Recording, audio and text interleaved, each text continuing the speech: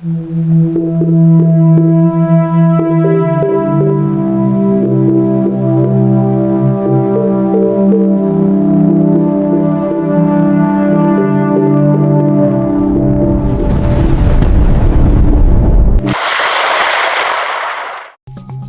araw po sa inyong lahat. Narito na po ang pinaka-latest nating update sa magiging lagay ng panahon ngayong araw ng Friday, ika-27 ng Pebrero taong 2026. Sa kasalukuyang nga po, wala po tayong low pressure area na minomonitor sa loob at labas ng ating Philippine Area of Responsibility.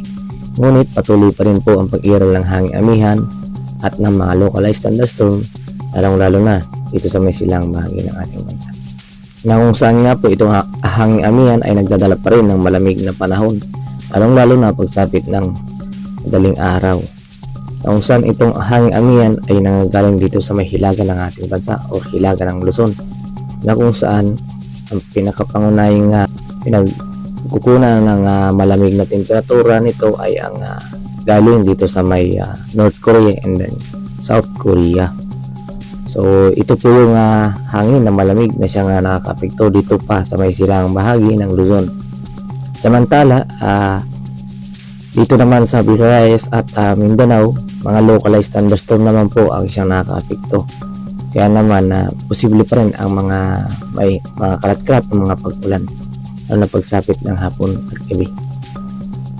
Dahil ito pong thunderstorm na mga nakakaapekto dito sa Visayas at Mindanao ay dulot nga po nitong high pressure o yung tuyong hangin na siyang nakakaapekto dito sa may silang bahagi ng Visayas at Mindanao.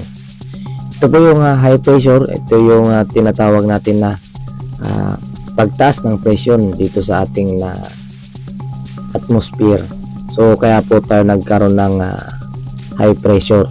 At saka ito po yung tinatawag natin na anti-cyclone na po. So wala na po tayong low pressure or bagyo, kaya naman anti-cyclone. Kasi ang circle po nito is clockwise ang pag-ikot ng hangin po nito. So naiwasan po natin yung masamang panahon or na itutulak po niya.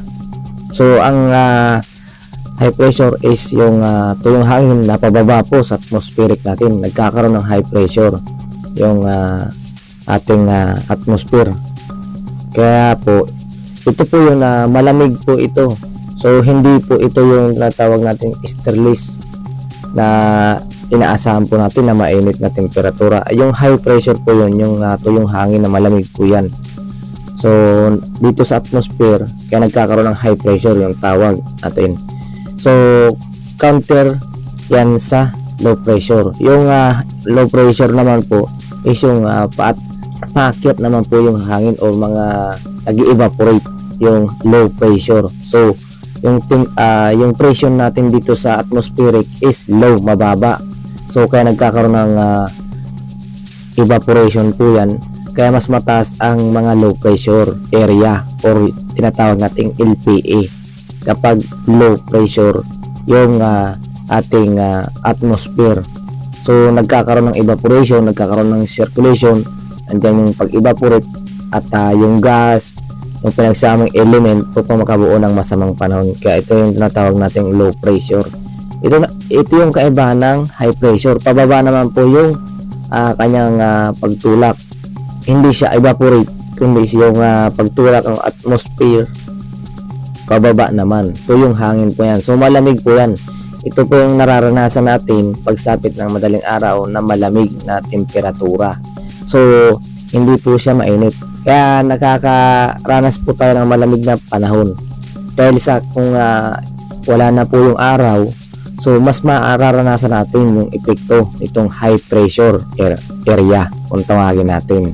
Dito po yan, galing yan sa may Japan, silang bahagi ng Japan. So yung high pressure po yan, so alam naman natin ang Japan is malamig na bansa.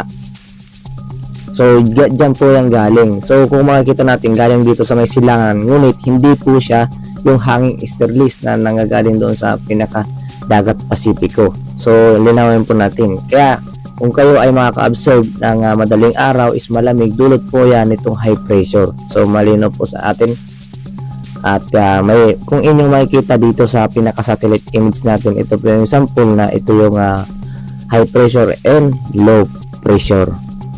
So anti-cyclonic po yan. So maiwasan na po natin yung mga bagyo for low pressure area. Para naman sa magiging lagay ng panahon dito sa Luzon, ay asahan pa rin po natin, makakaranas pa rin po tayo ng mga maaliwalas na panahon pagsapit ng ngayong umaga, and then maging alerto na rin po sa mga localized thunderstorm, lalo na pagsapit ng hapon at gabi. Nagdudulot na mga maulap na papawirin na kung minsan may mahihinang mga pag-ulan sa buong Luzon po yan. So inasahan po natin yan. At para naman sa magiging agwat ang temperatura dito sa may Tugigaraw, inaasahan po natin makakaranas ng 22 to 33 degrees Celsius. Samantalang dito naman sa Lawag ay inaasahan natin ang 22 to 31 degrees Celsius. Sa Baguio, 15 to 25 degrees Celsius. Metro Manila, 22 to 33 degrees Celsius. Tagaytay, 20 to 28 degrees Celsius. Samantalang dito naman sa Legazpi, 24 to 32 degrees Celsius ang ating inaasahan. So kaya magiging maaliwalas pa rin ang ating inaasahan panahon ngayong araw. Samantala dito naman sa Visayas, inaasahan pa rin Visayas, Palawan and Mindanao, inaasahan pa rin natin makakaranas na maaliwalas na panahon. Ngunit maging alerto lang po tayo sa mga localized thunderstorm dulot nga po nitong high pressure na siyang nakakaapekto pa rin sa may silangang bahagi ng ating bansa. At para naman sa magiging agwat ng temperatura dito sa Calayan Islands, na umaabot pa rin po sa 25 to 31 degrees Celsius. Samantalang dito naman po sa may Puerto Princesa, 25 to 31 degrees Celsius. Tacloban, 23 to 31 degrees Celsius. Iloilo, 24 to 31 degrees Celsius. Cebu, 25 to 31 degrees Celsius. Samantalang dito naman sa Mindanao ay inaasahan po natin temperatura ay umabot sa 24 to 33 degrees Celsius dito sa may Zamboanga. Samantalang dito naman sa may Cagayan de Oro, umabot sa 24 to 31 degrees Celsius. Davao, 25 to 32 degrees Celsius. Yan po yung ating mga inaasahan mga temperatura. Kaya dahil sa wala naman po tayong inaasahan ng mga malawakang mga pag-ulan, kaya sakop na po natin ang Luzon, Visayas at Mindanao na siyang inaasahan po natin makakaranas ng maaliwalas na panahon na bababa ang tsansa ng mga pag-ulan. Ngunit may alerto na rin po tayo upang makaiwas po tayo sa malubhang epekto pa rin o mga biglaan na mga pag-ulan dahil po yan sa mga localized thunderstorm. Samantala, para naman sa maging lagay ng ating karagatan, sa kasalukuyan nga po, wala po tayong nakataas na gale warning sa kahit anong baybay ng ating seaboard. So ngunit iba yung pag-iingat pa rin po, lalong-lalo na dito sa may silang bahagi ng ating bansa na kung saan mayroon po tayong high pressure na siyang nagpapataas ng alon dito sa may karagatan, sa may seaboard. So dito po yan, malayo ang seaboard po, linawin natin din po sa pinaka malayo sa Pangpang, so seaboard. So inaasahan po natin ang moderate to rough sea condition pa rin doon po yan sa seaboard natin, lalong-lalo na dito sa may silang bahagi ng Luzon, Visayas at Mindanao dahil po yan sa malakas na high pressure. So mag-ingat po tayo upang makaiwas po tayo sa kapahamakan, lalong-lalo na sa banta nitong pagtaas ng mga pag-alon. So ang mas apektado po nito ang ating mga kababayan na may mga maliliit na sasakyang pandagat na siyang naglalayag sa ating mga seaboard. Samantala dito sa kanlurang bahagi ng ating bansa, may inaasahan po tayong slight na lagay ng ating mga panahon or alon. So slight to moderate ang magiging mga pag-alon dito sa may kanlurang bahagi ng ating bansa. So at yan nga po ang pinakalitis nating update sa magiging lagay ng ating panahon ngayong araw.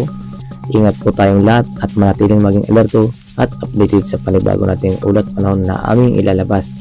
Maraming salamat and God bless us all.